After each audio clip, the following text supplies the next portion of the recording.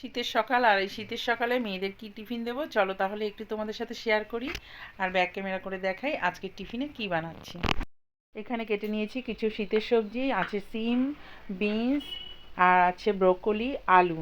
তো এগুলো দিয়ে আর আছে কিছু কড়াইশুঁটি। তো এগুলো দিয়ে কিন্তু আমি আজকে কি বানাবো চলো তোমাদের এক নজর দেখিয়ে দিই। এই দেখো, চাল আর ডাল প্রেশার কুকারে দিয়ে রেখেছি, ধুয়ে রেখে দিয়েছি, তার মানে খিচুড়ি করব। তো এমনি কড়াইতে করতে গেলে তো অনেকটা সময় লাগবে, তাই প্রেশারে বসিয়ে দিলাম, কোনো সোমবার দেবো না। তো আমার এখানে 3-4টে সিটি দেওয়া হয়ে গেছে, চলো এবারে ঢাকনাটা খুলে দেখি কেমন হয়েছে। শীতকালে কিন্তু এরকমভাবে খিচুড়ি খেতে ভালোই লাগে, তেল মশলা ছাড়া। আমি নুন হলুদ একেবারেই দিয়ে দিয়েছিলাম, আর এই দেখো কত সুন্দর কালার হয়েছে। আর একটু ঘি ছড়িয়ে দেবো উপর থেকে, আর তাহলে তো দারুণ সেন্ট হয়ে যাবে। আর কোনো ফোড়ন দেবো না। শীতকালে সবাই এভাবে খেয়ে দেখবে, অসাধারণ লাগে।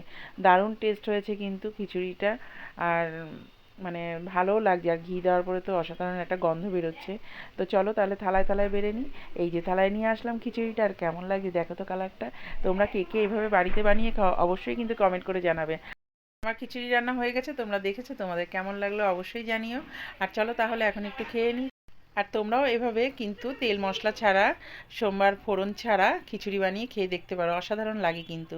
তো এই ভিডিওটা এখানেই শেষ করছি। সবাই ভালো থেকো, সুস্থ থেকো, টাটা।